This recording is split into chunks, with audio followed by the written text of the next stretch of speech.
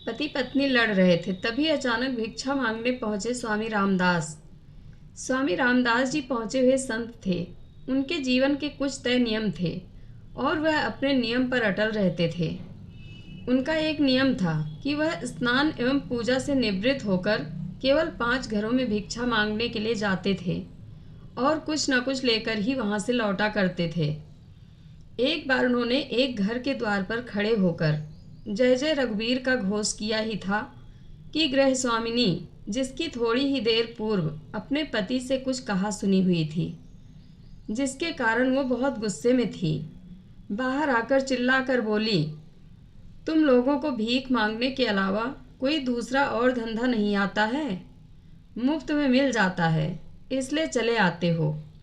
जाओ यहाँ से, तुम्हें कुछ नहीं मिलेगा, कोई और घर ढूंढो। स्वामी जी हंसकर बोले, माता जी, मैं बिना भिक्षा लिए किसी द्वार से खाली नहीं जाता, कुछ ना कुछ तो लेकर ही जाऊंगा। गृह स्वामिनी भोजनोपरांत रसोई की साफ सफाई कर रही थी। उसके हाथ में सफाई का कपड़ा था। उस महिला ने उस कपड़े को ही महात्मा जी की झोली में डाल दिया और कहने लगी, भिक्षा मिल गई, अब यहाँ से जाइए।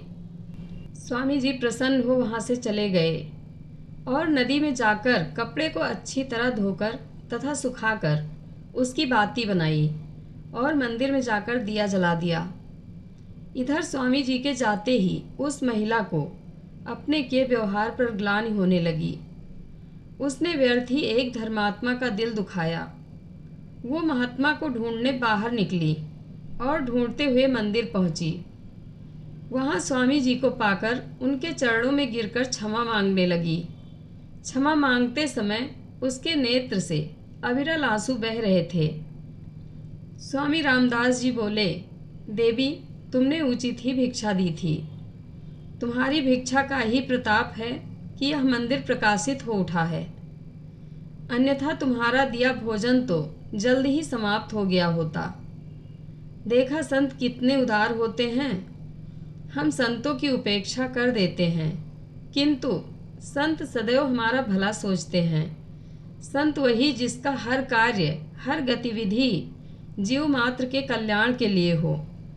इसलिए अपनी तुच्छ बुद्धि से संतों की स्थिति को आंकने के बजाय पूरी श्रद्धा के साथ उनकी चरण सेवा में लगें और उदार संत कुछ ऐसा दे जाएंगे कि हम उनका उपकार जीवन भर नहीं भूलेंगे। जय श्री हरि।